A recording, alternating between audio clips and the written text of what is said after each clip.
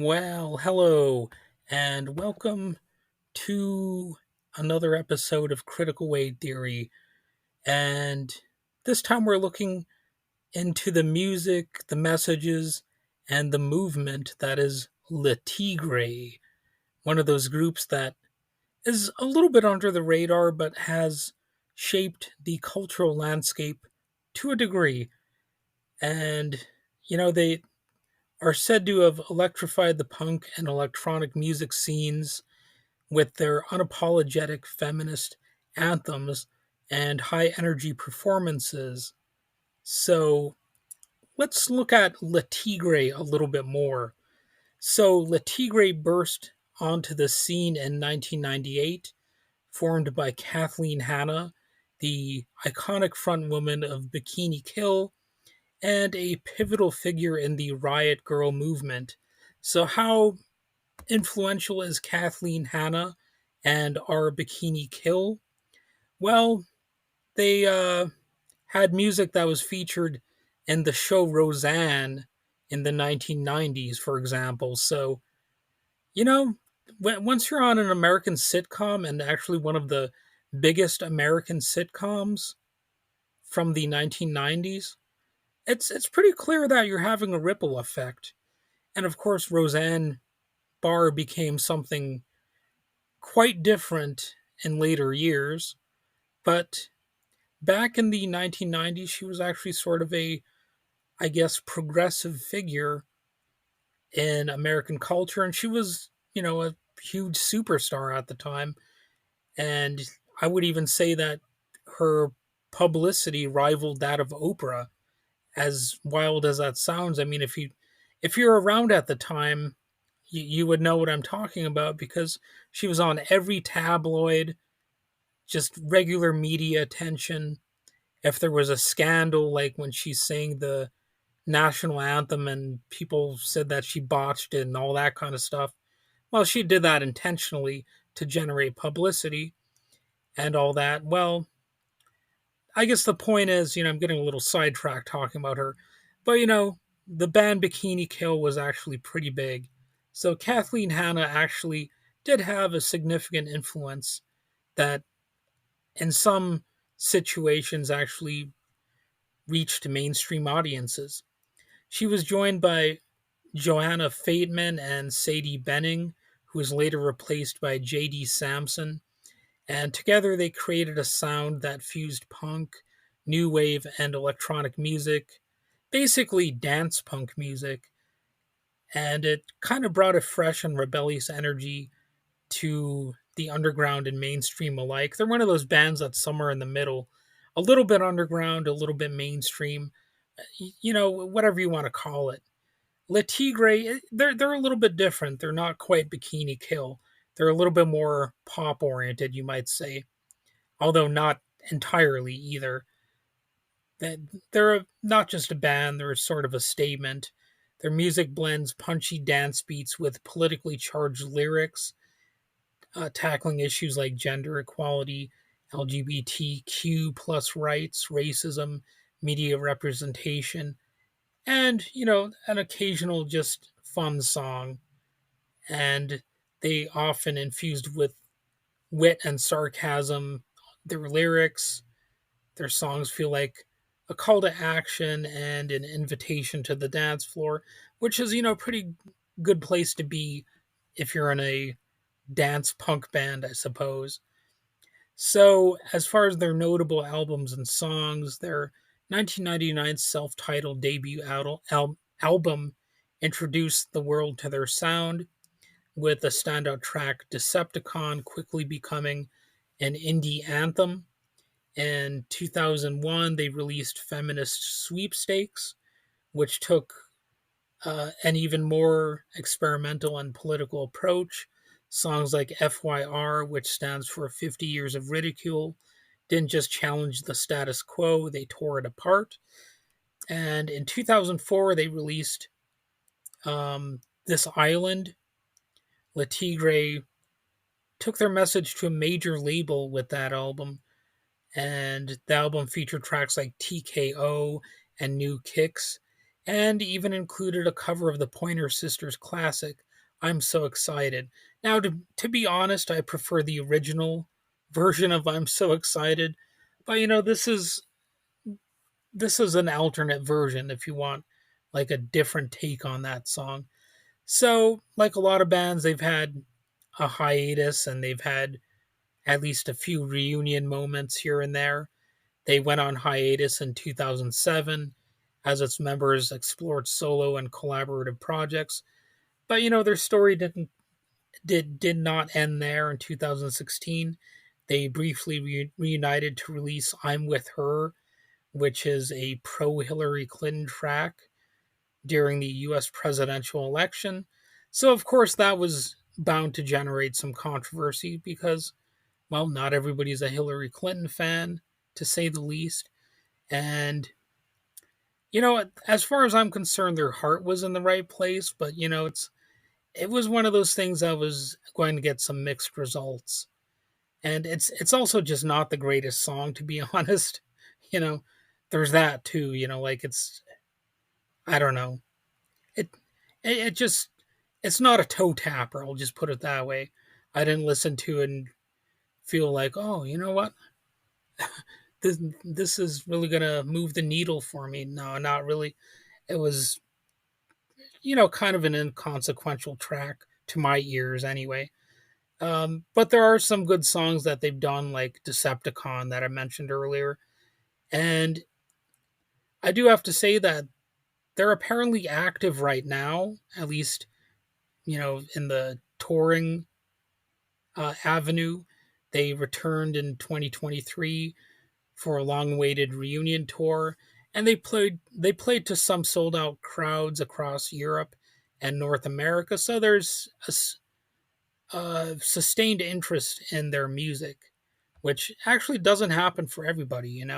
It definitely illustrates. I mean, I kind of hate to use this word because it is overused, but cult following. That's kind of what they have a little bit of. So the Tigre's influence extends beyond their own music. They've inspired, other people to become musicians and activists, and they've, blended punk, electronic, and activist uh, styles and art, of course.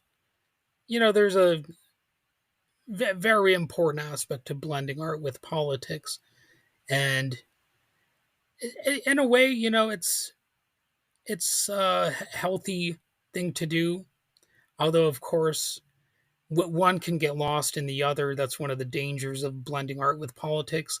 Like one can gobble the other one up. Like, are you really writing a song, or is it sort of a propaganda piece? Or if it even is a propaganda piece, does that mean it's not art? I suppose there's a debate to be had over that as well. And if you're trying to take all politics out of music, well, what are you then? Then you're just, you're being kind of stupid. You're watering down your content. So there's no real answer to what extent people should blend politics and art and politics and music. I will say that if a band has nothing to say, then it kind of decreases the chances that I'll enjoy their music. Or, of course, an artist of any type.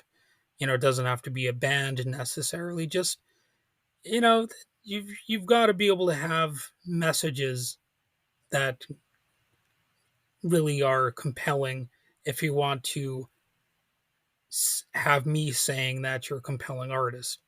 I mean, otherwise, maybe you just write goofy songs or something, or you know, very simple pop numbers that maybe I could enjoy, but they're probably not going to be as deeply felt as something that occasionally has a social message of some sort.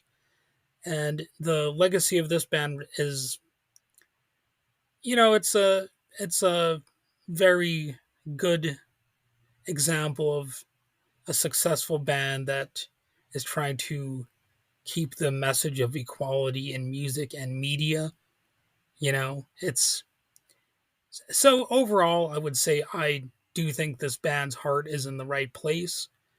So even though I don't like everything they've ever done, I could say that about even some of my favorite bands. But even though that's the case, I still would recommend Le Tigre as something for people to check out. No band's journey is without controversy. Le Tigre faced criticism over the years for other things as well, not just the Hillary Clinton campaign tune, but they participated in a trans exclusionary Michigan Women's Music Festival in the early 2000s, which some people didn't like.